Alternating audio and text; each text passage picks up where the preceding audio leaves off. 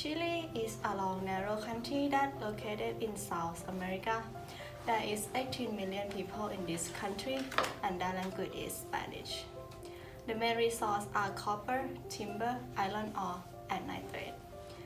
There is evidence that Chile joined the WTO since 1995, and GDP of Chile is approximately 277,000 and approximately 14,000 for GDP per capita. Next, the measure of trade of Chile. For the merchandise trade, the main export is fuel and mining product. The main import is manufacturer. For non-agricultural product, the top export is wine of fresh grape, and import is bovine meat and fed shoes. For the non-agricultural product, copper ore is the top export, and motor car for transportation is the top import. Moving to the society of Chile, life expectancy at birth is around 77 years. Chile also joined OECD in 2010. This move is aimed for social improvement. The government has succeeded in reducing poverty. Consequently, the poverty headcount ratio significantly reduced from 7.9 in 1990 to 1.3 in 2015. But it turns out that there are low female participation rate and income inequality. There is a larger share of inactive female, and the reason is culture because many Chinese mothers stay at home. For the future risks, there is a tendency for aging populations, which is decline in fertility rate and increase the number elderly of people.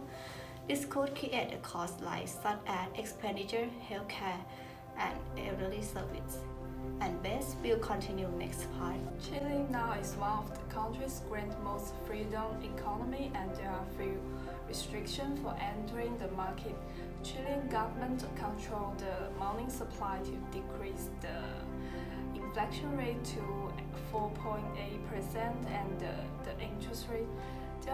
These two effective approaches help the exchange rate remain stable, so Chilean market is now very attractive to foreign investors.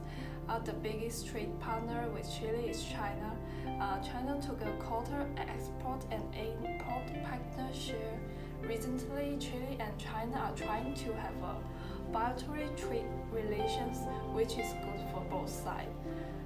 Chile's global competitive index ranked the highest in Latin American region. This means that Chile is more competitive than many other countries from business perspective, and the ease of doing business ranking show that Chile got 71, which means the country economy environment is perfect for startups.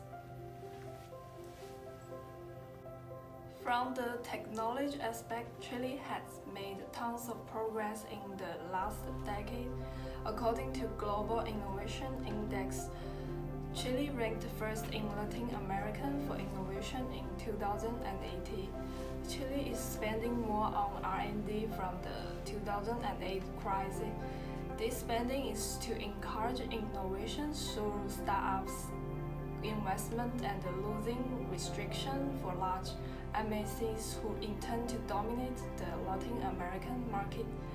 In the IT field, the patent is very important. According to the statistic, the data show the number of IP filing in Chile is more than twice as Peru, but their population and GDP are at the same level.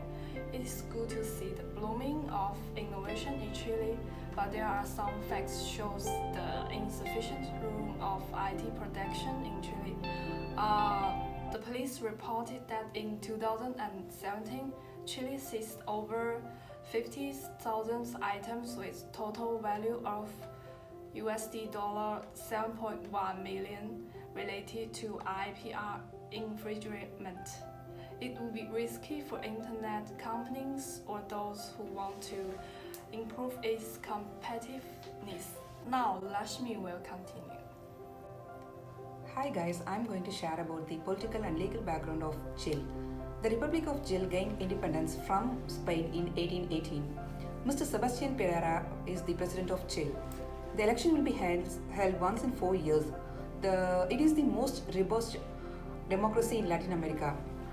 It has low political taxation and legal risk, which attracts many foreign investors. It's the lowest risk country in South America and even better than BRIC countries. It's politically stable because of business-friendly politics and macroeconomic policy made by the Penera government. The transparent regulatory environment and the strong rule of law continue to provide a solid basis of economic dynamism. It has maintained cordial relationship with US, China, and Middle Eastern nations. It has trade relationship with Bolivia for more than a century because of the border dispute. The high level of human capital and also the well-developed legal systems makes our more foreign investors towards these nations. The moderate levels of student protests and indigenous land rights may occur sometimes, but it's common in all the parts of the world. You know why foreign investors are captivated? Because Chile possesses very high world governance factors when compared to other countries in Latin America. It has more than 80% of World Bank's voice and accountability parameter, and in the rule of law, it has 81.7. And when we consider about the political stability and absence of terrorism and violence, it is in the rank 61. The government effectiveness is also 78%, which is considerably higher than other parts of the Latin regions. When we consider about the overall freedom score, Chile has 75.4% according to the Heritage Foundation and Wall Street Journal's Index of Economic Freedom 2019. But the overall average of the world is only 60.8, and when we compare to Argentina, it's only 52.2%. It is also ranked third in 32 countries in America region, and it is the 34th most open economy among 68 economies. Now I hand over my things to Bob. The ecological facts of Chile can be very interesting. All kinds of climate on Earth can be easily found in Chile. Desert, rainforest, tundra, you name it. Speak of natural disaster, Chile is one of the countries that facing most frequent earthquake in the world. In the year of 2015, Chile experienced 4 major earthquakes. We're talking about magnitude over 6, and 2 volcano activities that fortunately had a very minor casualty and economic impact. Chile are exposed to high levels of air pollution during a significant portion of the year. Santiago ranks as one of the most polluted cities in the world and frequently confronts the air quality alerts and pollution emergencies. Air pollution in Santiago results in damaging respiratory disease and a huge number of premature deaths that are happening every year. Chile is also the world's largest producer of copper. Industrial emissions in Santiago primarily arise from the mining sector and smelter operations. The process of mining contributes to considerable amount of sulfur dioxide pollutants to both the air and the water, which can cause severe damage to living creatures, plants, and soil. Now, shall we talk about the challenges of Chile now facing? Because Chile is heavily reliant on China on importing and export, there will be bad consequences when a trade war happens. Let's see how Chilean government handle it. And hundreds of thousands of startup companies now settled in Chile because its tax policy and stable political and legal environment. And intellectual property law needs to be fulfilled to protect the startup business. By doing so, I believe Chile will sooner have even more investors. Plus, being the world's largest copper industry are not so easy, and it will become more difficult when the government needed to protect the environment. As a result, we can confidently draw a conclusion on Chile. She is a very successful model compared to all other developing countries. A huge and a healthy populations, a standard income equality, and a developed country-like aging structure, reliable and stable economic structures, and inflation and interest rate that have brought millions of investors overseas. Chile has also been given the name of Island of Stability in South America due to a very stable legal system. Plus, it is a low political risk country that is even better than some of the BRICS members.